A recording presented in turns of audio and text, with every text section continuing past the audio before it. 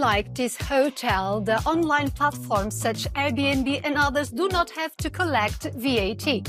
That gives the online economy an edge over the real-world rivals.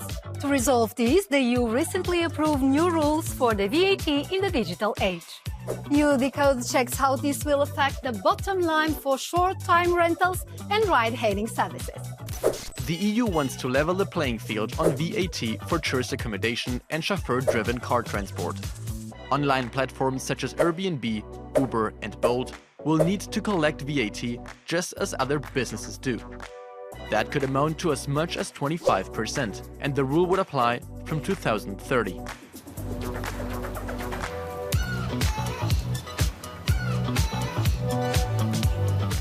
But when new taxes squeeze company profits, it's often the customer that ends up paying a higher price. So let's see what some people in Brussels and in Athens think of this idea.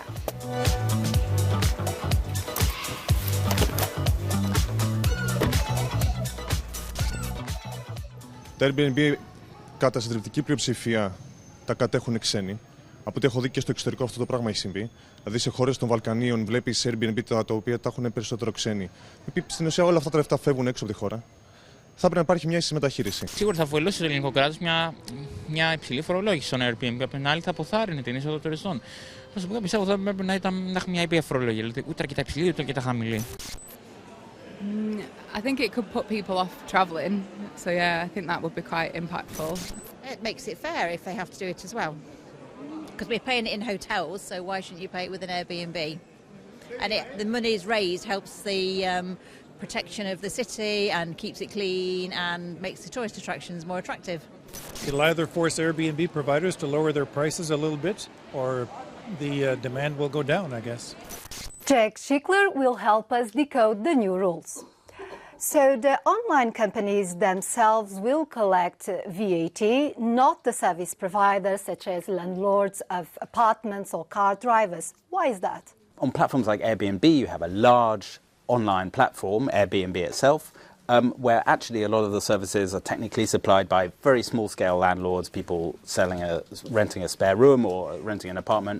And on Uber, similarly, you've got lots of drivers who possibly aren't earning a huge amount of money, don't have to register for VAT, or they're a little bit of a legal grey area whether they need to register for the VAT.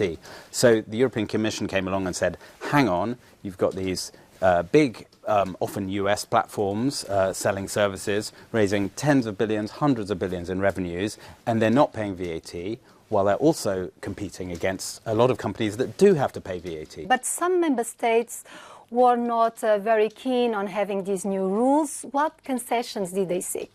Exactly.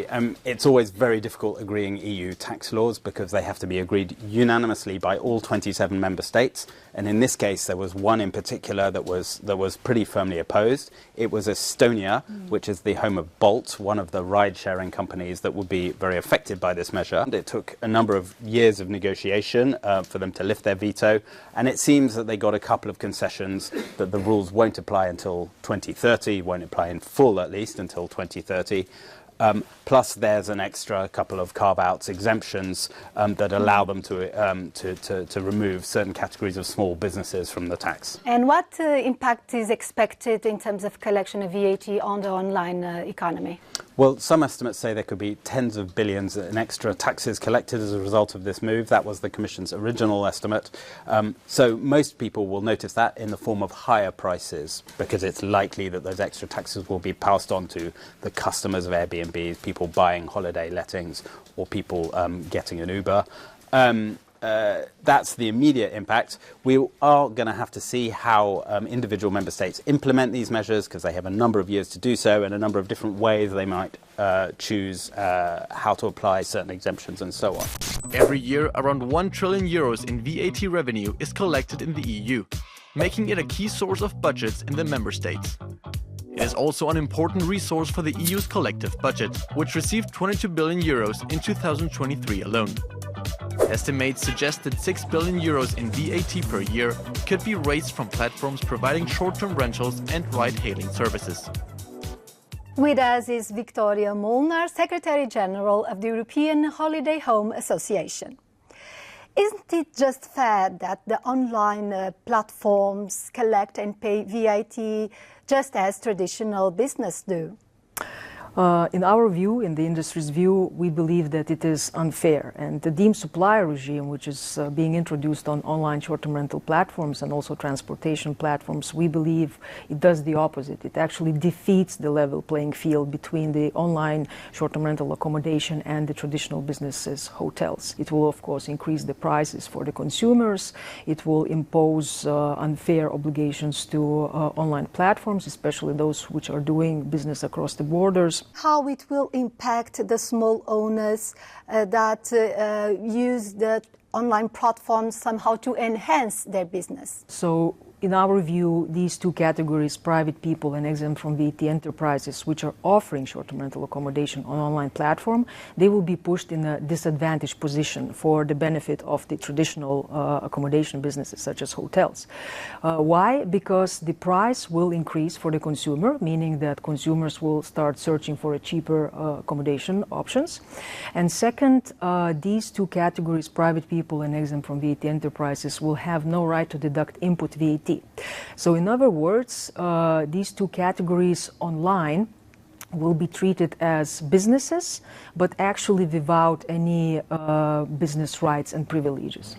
You will have some time to accommodate these new rules. They will become mandatory only in 2030. Is this enough for you to prepare? We believe that it will cause extreme fragmentation for online platforms of any size and shape in the EU because they will eventually have to understand and adapt to 27 different deemed supplier regimes in member states. And adapting to these rules really requires a lot of time. It is not just pressing one button and online platforms will comply with it. It requires lots of resources, time, energy, financial resources to comply with such complex rules. Short-term rental is currently accounted for around a quarter of touristic accommodations in the European Union. Ride-hailing is a commonplace across the bloc's countries.